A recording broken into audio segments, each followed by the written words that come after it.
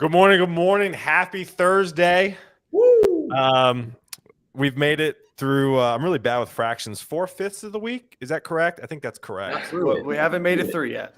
Okay, so yeah, not yet. Maybe we are on maybe, the fourth fifth. Maybe 3.15 Anyways, this is why I took pre-algebra in college. So that being said, for those of you tuning in, welcome. You're probably wondering, what is this thing? Unicorn Finders, and basically this is an endeavor. We've been at it for 3 years now. When I say we, me, Jake, and Dan, we actually do care about each other outside of work from time to time, depending on our moods and where we're at with life and our marriages. But the thing is that we've been at it for 3 years now, and our goal is to bring on companies and individuals doing really cool things that you probably have not heard of yet. But after you watch us, you will have heard of them. And so then they will become famous. I think that's our track record, right, guys? Basically, everybody who comes on gets a ton of investment, and they take off, and they're unicorns. So, Chris, love it. A lot of pressure. I love it. So that being said, I want to go ahead and kick it off. We're really excited. We've been hanging out with Chris backstage, quote unquote, for about 20 minutes or so. And it's an amazing company doing amazing things in the healthcare space. And actually, we haven't really brought on many healthcare focused clients, so you're kind of a unicorn in and of itself from that perspective, Chris. So enough of me running my mouth. Let's give the people what they want. Who are you? What do you do? And then we'll dive into Azra. Thanks, guys. Chris Cashwell, Azra AI. Super excited to be here. What we do is we really make the complex simple through identifying cancer for oncology departments, for health systems, and really automate processes that have been manual for years. So super excited, and thanks for having us today. Absolutely. So let's dive in. So Azra, not only it being a really cool name and kind of sounding like what's that movie with the robots with Will Smith? iRobot? Is that it? Yeah. Aside from sounding like it should be an iRobot, tell us what Azra does. Yeah, we really focus on a big problem in healthcare, which is unstructured clinical data. There's just tons of data created every day, every second in healthcare. Most of it's unstructured. What I mean by that is we have to read it, you have to look at it, you have to comprehend it. It's not a number, it's not a field. And so what we do is we take unstructured clinical data, use artificial intelligence and our AI models, run all that data through those models, and come out with an automated conclusion. So it saves providers and healthcare givers the time it takes to look through all the hay to find the needles, to get through all the noise and find the signal. Because fortunately, as you look in healthcare, these documents are only positive 1 out of 10 or 1 out of 15 times, but you have to look at them all. And so we narrow that down for folks so they can concentrate on what's the most important part of the care process. Wow, that's awesome. So cool. So how does it do that? Right. Talk to us a little bit about how your platform works. Yeah, the platform ingests unstructured clinical data. Take a pathology report or a radiology report created by a doctor, a physician. And so through years of building these AI models, through ingesting literally 40, 50 million records that are able to be trained by subject matter experts, i.e. clinicians, looking at these reports, comparing the outcomes of the machine, and then validating that and making that better over time, those models read the information that's fed into it, i.e. a report comes into the model reads it and says, you have cancer, you don't have cancer, and then says you have one of these 21 types of cancers, lung, colon, breast, and so forth.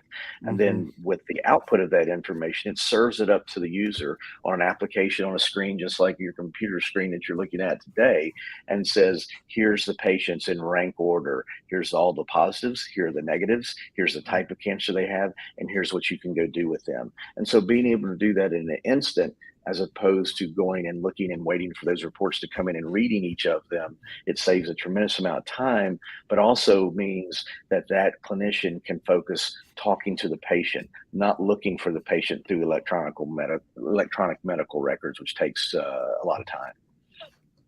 Yeah. I love that you're still focused. Every time you talk about something, even before the show, around like the technology or the process, the workflow, you always bring it back to patient care, and I appreciate that. The care for that patient. obviously this is a business and there's a lot that goes into that, but from that driver perspective, you can kind of feel that in how you're handling it. If we're just talking just a little bit into that integration point, like what does that lift look like, and how did you kind of all right, you distill to your MVP of like, this is who we're going to integrate with first, how we're going to do it, what did that first client onboarding look like, and then how did that work? Well, it's we avoid a lot of the pitfalls of having to dive deep into EHR integration, because we're really facing the source document, which is typically a pathology report or radiology report. So we integrate straight with that creation system, document creation system, what PAC system or PAS system. We grab that at the same time it's coming to the EHR. We grab it and create that implementation and integration point before it gets into the EHR to find the results. And then we feed our results back to the EHR and feed them into our application as well. And so that makes it really simple and a light integration. We're SaaS cloud-based, so we don't have to be on site and have a lot of on-prem work, which makes it a very elegant solution to install even remotely. During COVID, we installed new clients that we never stepped foot on their campus, and so it makes it really simple. And we just stay out of the EHR wars. And so we provide back some of the results we have, but we don't have to get into the whole EHR web of time and money and IT resources. Hey, Chris, one of those epic integrations and stuff can be very long. Exactly. Yeah. Can you talk about the workflow, right? So let's say, because we talked about this backstage, and I really want to highlight this. So let's say I come in, you kind of had this analogy. Let's say I was riding my bike and I fell down, which honestly kind of really sounds like me, to be totally frank. It does sound like you. Yeah. And so I fall down and I go to the doctor, and they X-ray me and they find a node on my lung. Right. And can you talk about the workflow from there and how Azra is like changing the game from patient care? Right. So at the time that X-ray is completed and the report comes back and says, oh, he had these he's pretty clumsy. He broke these 2 ribs riding a bike. Keep the training wheels on next time. And he's back again. At the same time, Chris just being spicy now. I love it. He's one of us. Taylor has a frequent flyer number at the hospital. There we go. Exactly. Like a special wing. They have a special wing and for the clumsy folks. And so with at the same time, Patty, exactly. Special medication. So that report goes back immediately, and you're waiting in the ED, and it's been fed through our machine, so to speak, and we see that nodule on the report that the radiologist has noted as he's looking at your 3 broken ribs. And so at that instant, we send a report, a pick list, a checklist, if you will, of all the patients that are there in the bays beside you, and they don't have a nodule. And so we see you're put at the top of the list and sent to a nurse that specializes in navigating your future care. So she or he will call you, let's say the next day when you get home from the ED and those broken ribs are starting to heal up, and says, hey, did you see that you had a nodule in your lung that needs to follow up on? No, I didn't even remember that from last night. I was in so much pain. What does that even mean? What's a nodule anyway? I don't see anything on my chest. What do you mean? What's a nodule? And the nurse says, well, it's something that needs to be looked at, and immediately. So we have scheduled you an appointment to come in and see a thoracic specialist, a pulmonologist, and we'll decide what needs to be done next. And so that workflow process of identification of the nodule, sending that to someone that doesn't have to look through the other 1,000 scans that were done that week, but just looks at your scan because we've told them that you had a nodule, and then calls you and schedules a follow-up appointment to make sure you go see if that nodule is cancerous, precancerous, or something that's benign and doesn't need to be dealt with, is then followed up on. And then you are now in the system as a person has a nodule, just like someone that may be a smoker that has a lung scan every year to make sure that they haven't started down the path of lung cancer. You now have this nodule, whether it's on your lung or your pancreas or your kidney, that can now be tracked. And we know that studies after study, only about 30% of those are followed up with on time. So that 70% of the population is really at risk of developing something that could have been stopped much earlier.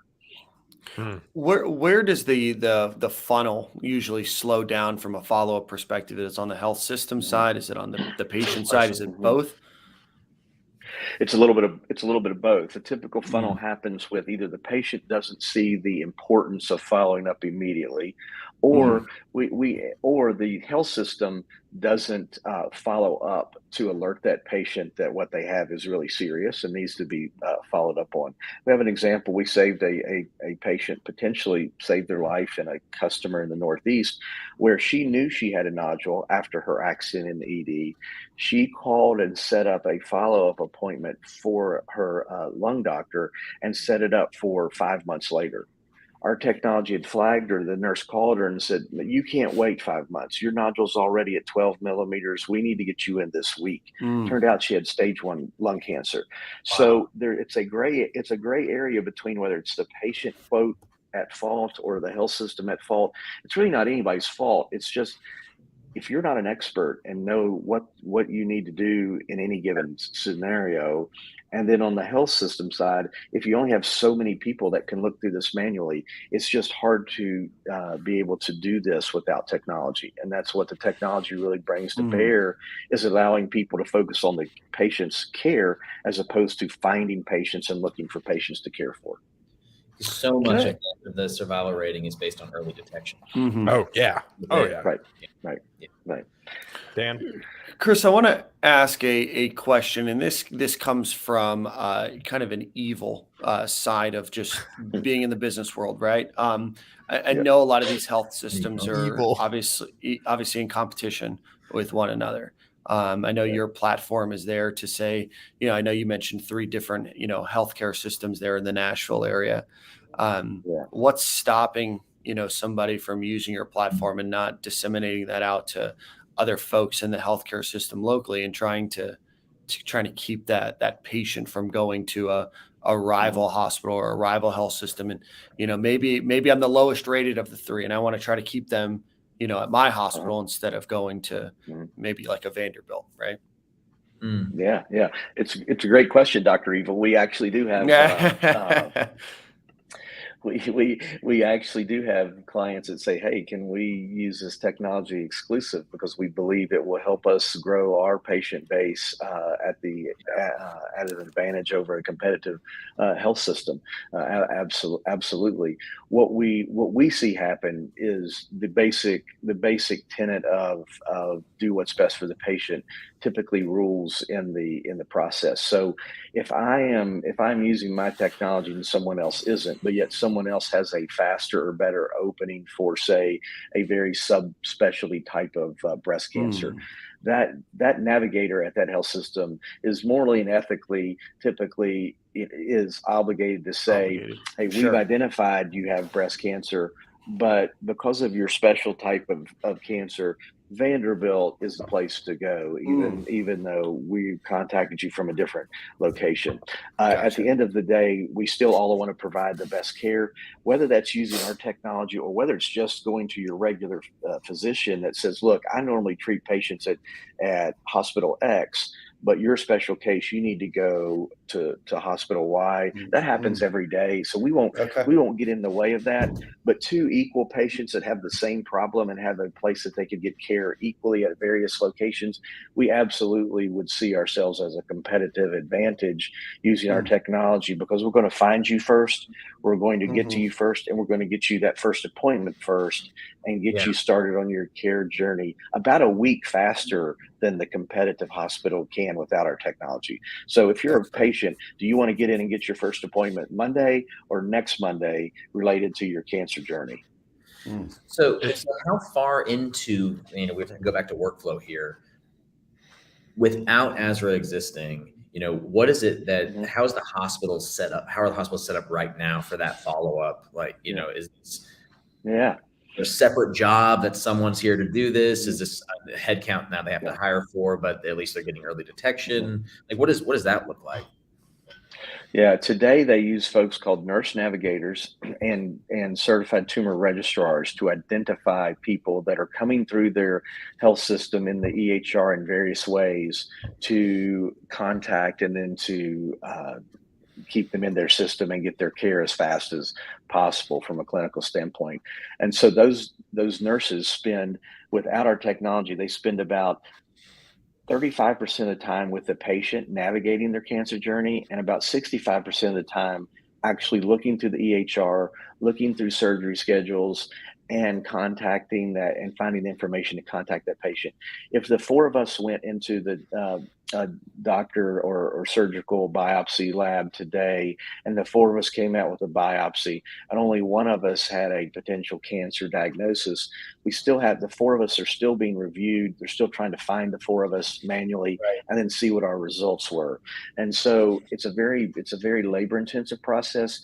It's proven through all studies and really undeniably that it creates better outcomes and better experience, but it costs money to create the labor needed to give this type of care to everyone because of the search and rescue type of mission on the workflow today. So if we can use technology to eliminate the search part and just focus on the care part, then you get the double benefit. Wow. So, as we wrap it up here, again, Chris, thank you for taking this call from vacation. We really appreciate it. It means a lot. Who are your buyers? Who are you trying to go after? And then how do y'all make money? I mean, I'm assuming, is it subscription based, but can you talk about who you're trying to get into or try to speak to? And then how do y'all make money? Yeah, our story resonates with really three constituents: the oncology service line leader, whether that's a business person or whether that is the medical leader of the oncology service line, and then the chief financial officer because of the big financial boost to the health system, and then the chief medical officer because of the patient and the outcomes perspective of what we've talked about. That's really who we focus on. As you said, we're a SaaS based, ARR type of business. We focus a lot on ROI on the two fronts of, number one, we're gathering and retaining more patients, and so every patient is about $20,000 in net patient revenue in the oncology space that you're able to retain for your health system. And then the operational side, as I've alluded to, we're becoming a lot more efficient. We don't need to reduce nurses and staff today. We obviously have a shortage of them already, but we can make them twice as productive and make them be able to have more tools to make their job and day much more successful. And so we go after those C-suite folks that are focused on the financial upside or the better outcome side, and then we focus on the people that understand how complex the workflow is and how much help they need. We do that, then what we charge is easily a ROI of weeks and months, not years. Chris, final question: is this an additional app that sits on a computer? Does it bolt on to the other radiology and scanning platforms that are out there, or what's the? Absolutely, it's a standalone app with a interface. Our nurses and doctors log in typically on the hour, about 8 or 9 times a day. They see their list of patients, they get the information, they come back in and enter the tracking information of what did we do once we contacted that patient, all the way through to when they receive their chemo. And it's a very light and straightforward application that they log into daily at their either remotely or at the health system itself.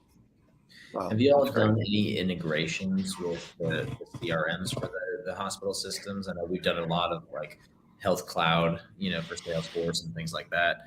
Is that something that you're seeing, to continue that follow-up, or is that useful? I do think that is where we will go in the future. We're not there yet, but I think that's a great point and understanding of the workflow, is that we'll start to integrate in with those types of patient CRMs to where the journey can be captured, because the information that we provide through that journey and capture both helps the patient and the health system. Everything from which doctors aren't referring their patients to which patients need the most help from various difficulties. So absolutely, that's something that I think will be seen in the future. That's awesome. And the other thing that I could see too is that the data selling the probability by age, if you separate it from patient identifiers, but probability of age and the type of cancer and the scans and the regions and some of that like aggregation of data based off of that, it's like absolutely massive amount of lung cancer in this city or this region. All right, let's look at air pollution, or let's look at factory or whatever is around there. It could be contributing to that. I could see like over time, that other half of what you could do with that business, from the data. No, you're spot on. We touch nearly 1 out of 10 cancer patients in the U.S. today, and so the ability to already with our as we're starting to scale up with our client base, being able to see what the lung cancer rates are in the Northeast from nodules versus in the Southeast or a different region of the Mid-Atlantic, the data we can grab and then do best practices and benchmarkings, I think is going to be a really important piece for us in 2024. Oh yeah, that's awesome. That's incredible. Well, Chris, thanks, man. We appreciate it. Thanks for having out with me. us. Love what y'all are doing and appreciate it. Absolutely. Well, you enjoy the rest of your vacation, okay? Can't wait to see where you go. So, yeah. Thanks, Chris. Thanks. Wow. I mean, incredible. We've heard a lot of companies doing scans and AI driven stuff like that, but created the simplified workflow with a complex technology to a complex problem. I mean, that is in real time. In real time. There's so many companies that will just over engineer the crap out of something, just to gather every piece. In reality, it's focusing on identifying the problem and then getting the simplest solution to get in there and make that happen. And that's exactly what Chris and Azra did. That's. I mean, you talk about benefits of the hospitals, right? I mean, save time, save money, effort, staffing issues, all of that. And then obviously immediate patient care. It sounds to me like a no-brainer. I know if I owned a hospital, which I don't yet, I would be a buyer immediately. My marketing brain started to kick in tremendously during that call. Like if I was a hospital, like I would be incorporating Azra into my marketing. Like I would literally be like, hey, we have a software at our company that can do this. You need to be associated with us. Like, cause like to me, like what he's trying to do from a care perspective and then trying to match and like make sure people like don't get missed out on. Like, I just feel like that's one of the most common themes that I hear consistently within hospitals, and they're fixing that. I mean, I would see it even the other way is that it maybe not Azra by name as much as it's all right. Our patient, I want to say conversion, but like our care is that we early detection, we see you sooner, we schedule you sooner, our follow up is faster, our care is faster, therefore we save more lives, and breaking it all the way down through there and pushing that data out, because this will give you that data. It's also an interesting thing. It was like, go get scanned today. 1 in 18 patients that we've scanned for anything that you think of is precancerous or potential for cancer. Yeah. We get a follow up to give you peace of mind within 10 days because of it. I mean, I think that's the big thing. Like, if I was told, again, me riding my bike and falling over, man, y'all just went in on me. Y'all and Chris just went in on me. But basically, we got derailed 7 minutes of beating up on Taylor. I know that was brutal. It's real bad when you get the CEO of a company start to go in on you. But it's a fact of the matter is, like, if I were to get my bones X-rayed and they found that node, being able to have somebody say like, what is a node? Because I think everybody's brain goes to the worst. I mean, mine would too, right? I have cancer. I'm going to die tomorrow. And sorry to hear that. But yeah, and I mean, they're kind of essentially helping with that, which is I think is huge. Right. And I don't know the cost. It's not my business to know how this integrates and what that is, but you start to think about it, it almost sounds like a no-brainer, right? Like even a try, right? I mean, just think of the patient care perspective, right? Take it fully from like the Hippocratic Oath perspective of caring about, your patient and making sure that they, you provide the best care possible, right? Like the number one things that doctors should care about and do, like this provides in a very quick, fast, and efficient process that no matter what the cost is, and I'm sure it's not an exorbitant amount for what hospitals spend on other things, right? And then all of the money that you would spend on it would probably be returned in early detection and care, saved money on staff, saved headaches on staffing, responsibilities, liabilities, people leaving, because they're being overworked, nurse staffing fees, all of those other things, right? It sounds to me like even if you net out at zero, you've now provided a patient care experience that, is unrivaled. Yeah. I didn't get to ask him about this, and this probably wasn't the time on it, but you're always concerned around liability is always where, the danger lives in right. Right. That litigation, everyone's litigious in there. Like we are a litigious society. We've talked about this before, right? Yeah. And you wonder what their disclaimers look like. It's like, ultimately, it's still your decision as a doctor. We're suggesting based off probability and you're right. And that this will likely be something you should follow up on. And that's it. Like, it is, they're promoting that they do early cancer detection, but really it's the closest you can get is probability based off of similar scans that we've seen that you should get a follow-up schedule. Right. And I think that that's probably the biggest thing, right? Is now you being able to say, hey, maybe we weren't looking for this particular thing, but we found this is worth exploring. Right. And that's where I feel like that from a hospital perspective is fantastic. If Taylor goes in because he broke his shoulder, right, and they find a node somewhere else, it's an opportunity for follow-up, right? It's an opportunity for you to provide additional care to say, hey, we're not saying that this is cancer. We're not saying that this is going to be anything. We are saying that this is worth taking a look at that may have otherwise been missed, right? So to me, that's no different than a radiologist reading a report that says, hey, that doesn't look good. That's true. This to me is a radiologist on steroids, which you probably aren't allowed to do. But if they were, that's what they'd be doing, right?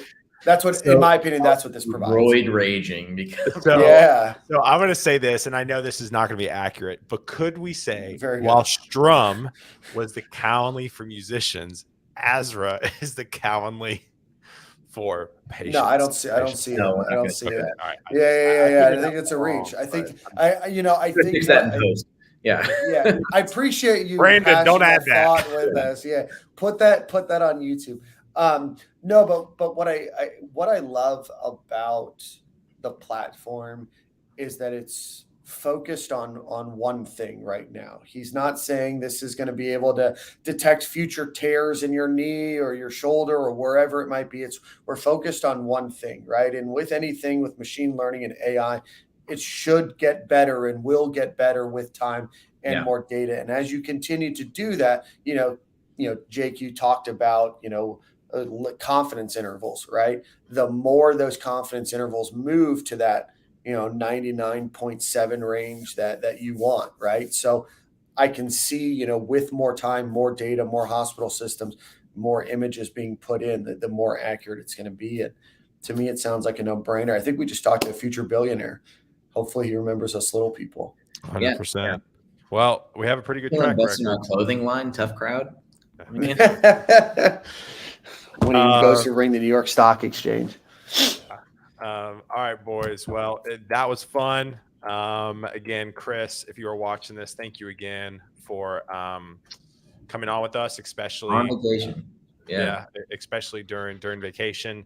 Boys, I don't even show up during vacation. So I don't even show up during vacation. I emailed Chris and I got out of his office. I was like, holy cow, is he really doing this interview on vacation? Props to him. So anyways, we'll see y'all next week. We got I believe who's next week? We got Sense Community. So guys, this is Dan and Jake, this is a group chat connection. From the Chatty Cathy Club. But basically, Sense Community is basically they are doing. We are going from healthcare to the complete opposite direction to nightclubs. They basically like keep your line. It's like fast pass for nightclubs, or at least that's how I understand it. So that's next week. I think that's super cool. Honestly, I think it's super cool. Like it's a great idea. Big nightclub fan over here. So yeah, I know. So Dan will be all down times a in. year that I go to a nightclub. I know. Yeah. We should, Jake, me, you, and Dan should go to a nightclub and film the whole thing with Dan just leading the way, because it'll be completely out of our element. Dan will be just dripping sweat. I know, just fist pumping, and Jake and I are like, "Can we go home? I want to go to bed." Can I have one? My second drink. I've already had it. I'm going home now. All right, y'all. Y'all have a good one. Thanks again. We'll see y'all next week. Bye. See you next week.